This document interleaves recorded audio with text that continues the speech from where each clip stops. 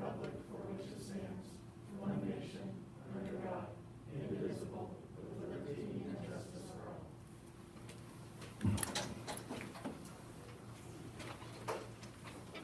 Thank you. I'll take a motion to approve the agenda. Madam President, I'd like to make a motion to approve the agenda as presented with the following amendments.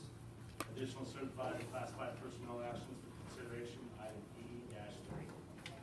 I have a motion to approve the agenda with an amendment. Do I have a second?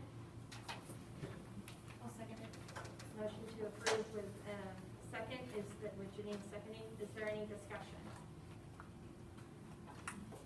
All those in favor, please raise your hand. Opposed, same sign. Motion carries. I know we normally do public comments first at this point, but since it's under the same section, and I know that we have some time constraint for our recognition, I'm going to ask Dr. Singh to come in first and introduce our National Merit Semifinalists. Dr. Singh? Good evening, school board. It is my honor to present Adam Kennington and his family. Adam has received semifinalist status after an illustrious academic track record, and he will be one of the National Merit Scholarship semifinalists for the year. So, very proud of him.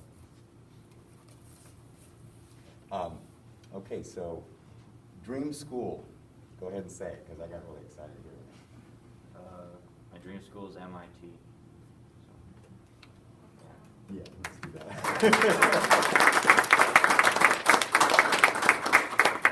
So, we're very proud of him, and he's done really well.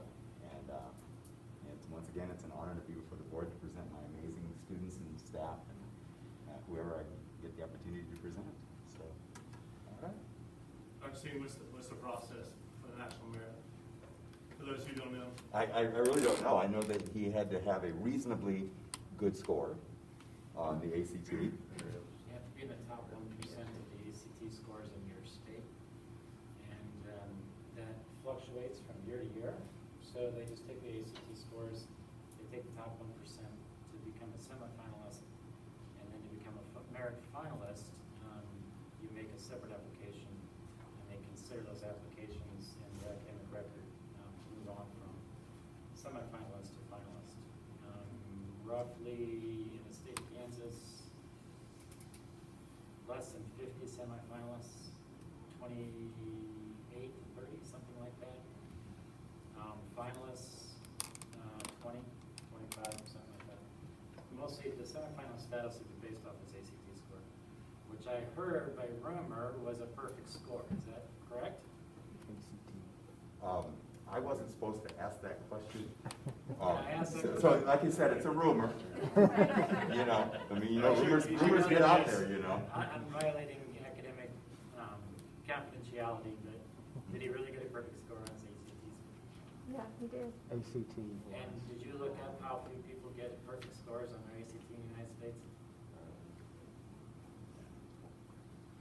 You should. You should. A perfect score on an ACT in the United States is an incredible achievement. And the fact that he came from our school district is something that our school district should be unbelievably proud of. And of course, you as a family should be amazed. Oh, And yeah. with a perfect score, MIT very much is within his reach. Unfortunately, they will not give you a scholarship for that merit. I mean, Right. to get his merit scholarship, but MIT probably won't give him any additional money for being a merit, Yeah. a good finalist, because he's got a perfect score. And just one last piece of sad news, you have to pay taxes on that merit scholarship. I got hit with the tax bill, I was a little bit disappointed. Dr. Hannigan, I'd like to thank you for helping me out here. I really do appreciate it. And I also want to say he is the 51st semifinalist in Garden City High School. So we are, go Buffs. I mean, we're amazing. I'm just really proud to be here.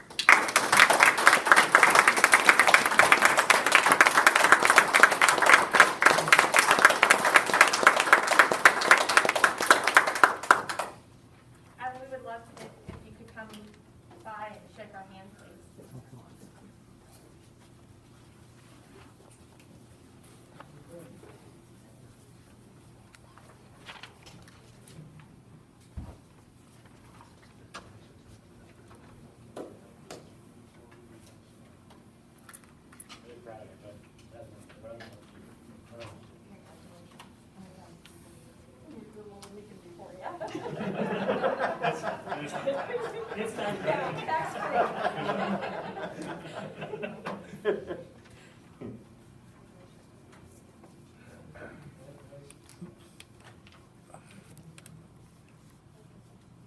Congratulations, best of luck. Congratulations, Mom and Dad. Thank you. Congratulations. Thank you, board. Appreciate it. Don't forget us when you're famous. It'll cost us though. Yeah, it's gonna cost.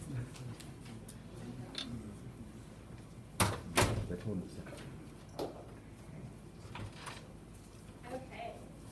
I'm going to go to public comments now. Just as a reminder, each public comment has 5 minutes with regard to your public comments. First will be Wyatt Smith.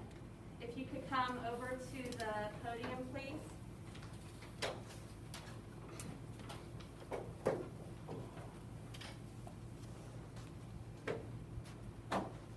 Thank you all. First, I want to say thank you for your service. This is not a fun time or an easy time necessarily to be on a board like this. I'm here today to address concerns with the metrics being used to determine levels. My brother is standing outside, and him and his wife have a large problem today with being told that she's not allowed to enter the building, and yet, as an example of the asinineness of all of the decision making, you had a student go around and shake all of your hands. So my problem is a level of where do parents write stop, and where are we deciding that this just sounds good or this sounds safer, and so that sounds better to us. If we look at the metrics for Finney County, right now our total positive cases are 1963. I know you probably know all this. We're actively monitoring 105, positivity rate is 21%, which if you read anything about the test, PCR should not be used for these tests. If positivity rate is one of our gating criteria, PCR was never meant to be a viral positivity rate determination factor. The man who invented it, that was not the goal. So there are things that we're using to determine the gating criteria for what level we're at that are not even scientifically sound. There are 3 current hospitalizations still. I know last week, I work in Holcomb now. I'm a Garden City community member though, that's why I'm here addressing the board in Garden City, because this is where my family resides, this is where my nieces and my cousin's kids go. I'm here to talk in their behalf as well. There was an increase in cases of 15%, so we're using these percentages, which could mean one week we have 9, the next week we have 12, that would be a 25% increase. Ask yourself, is 9 to 12 a difference? And that counts as one of our gating criteria.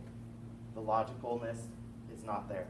Non-congregate cases, 99% of new cases are not from congregate living arrangements. That makes sense, right? That's one of the gating. That one would be fine. Hospital admissions, 8 new hospital admissions this week. Why? From what?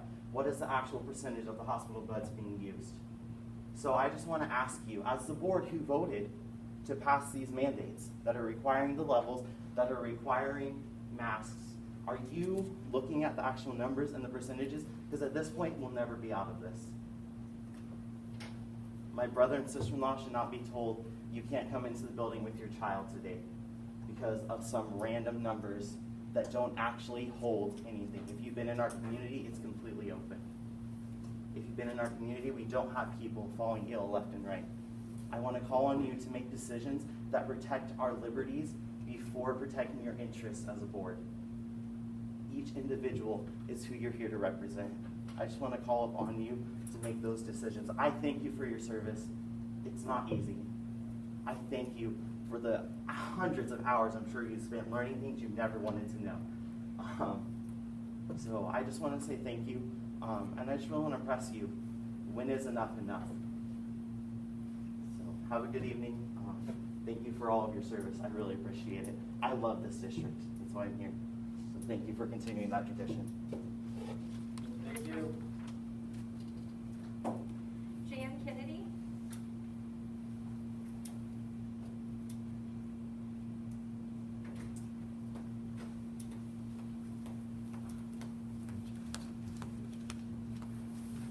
I was going to decline to say something, but I'm going to go ahead and speak for just a minute.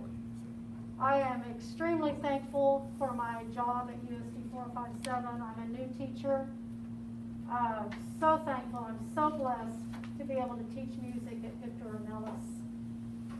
But today, when I had to leave my room and go to each individual class, and I'll do it again tomorrow because I have about 17 or 18 different classes, different grade levels in each. I lost my joy today. I was out of my element, and of course it was new. I'll get used to it. I don't want to get used to it. I like my music room. I am a good teacher in my music room, and I can give with all of my heart to those kids in my music room. And today I had to go into their room, and I was nervous, I was uncomfortable, I was stressed, I was almost sick in my stomach.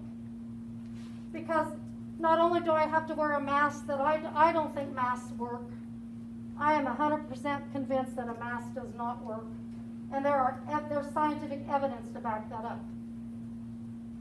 But I had to do something out of my comfort zone. Okay, it was good for me, and I told the kids, I'll be honest, I'm not comfortable, I'm scared, I'm nervous, I'm doing something I've never had to do, but I'm doing it. And so that was a good example for the kids. I overcame and I did it. But I don't feel I'm as good of a teacher going from class to class to class. I had anxiety. And I would just like us to reconsider this level 4. I don't understand. I don't understand why we're a level 4. Wearing masks, okay, we've adjusted. I don't agree with it, but I'm doing it out of respect for Dr. Carlin, out of respect for you, out of respect for my building, my people, my job, and like I said, I'm so thankful. But I don't agree, and quite honestly, I don't even know the percentages, but there's a lot of us that don't agree. We don't want to do it, but we do it out of respect. So let's go back to level 3. I don't understand why we're a level 4. I really don't. If there was 2 cases in the district, I don't understand. I don't even understand the quarantining. I'm on the other spectrum of not agreeing with what's happening, but I'm complying, and I'm going to overcome, and I'm going to give the best to all my students, because that's what I want to do. But we're stifled. We've lost our freedom. I feel like my rights have been violated, and especially today. So it's a new day tomorrow, and I'll be my best, and I'll do a better job tomorrow than I did today. But let's talk about this and do something different, because it's going to be over soon. It's going to be over. We're not going to have to wear masks, I guess, eventually, especially when they don't really work anyway. But I know we have to comply somewhat. But that's all I wanted to say. I feel like I'm rambling. I get real emotional about this. My joy was gone today. I didn't have joy. And I have joy when I teach my kids every day, and I didn't have it today. So that's all I wanted to say. Thank you for listening, and thank you again for all you do. I can't even imagine having your job. Can't even imagine. But I am thankful for mine, and thank you so much for all you do. Thank you. Thank you. Shelley Smith?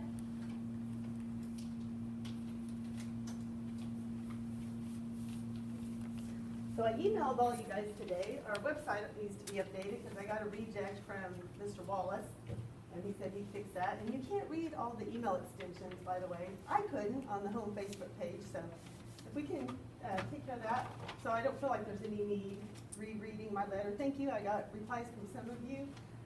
It was my granddaughter that Wyatt talked about. Wyatt's my son. All 3 of my kids, Garden City students, had good education. I'm going to get emotional also. And I agree. I've been telling people, be nice, talk to the board. We are the customers. They work for us. We're out there busting our behinds, paying taxes to pay our district employees, which I greatly appreciate. That was my first thing I stressed in the letter to you all. But yeah, we forgot who the customers are, and the poor kids, and every day waking up. What level are we this week? What do we get to do? What rights are going to be taken away? And it's become, like I told you all, a case demic. We're not focusing on deaths or hospitalizations anymore, it's case numbers. So Dr. Carlin, if you'd started counting gray hairs back in January, you might have said, I don't have very many.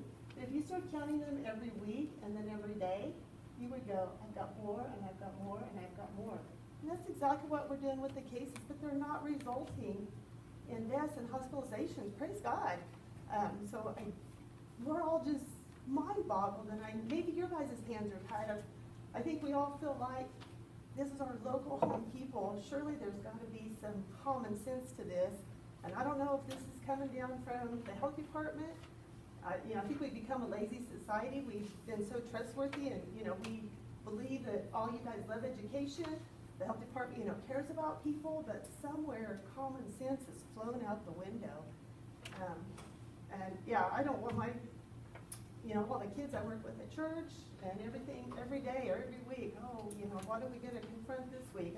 I don't think any of you guys would like coming to work every day wondering, what kind of crazy measures do I have to jump through this day or this week to... So anyway, a lot of rambling. Put it all in my email, and hopefully someone will update the webpage. And thank you very much. Thank you.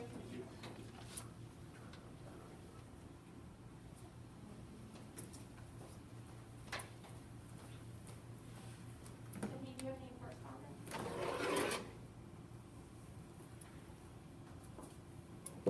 This time I take a motion to approve the consent agenda. Madam President, I'd like to make a motion to approve the consent agenda as presented. And as amended. Is there a second? Seconded by Mark. Is there any discussion? All those in favor, please raise your hand. Opposed, same sign. Motion carries. That takes us to curriculum reports and the dyslexia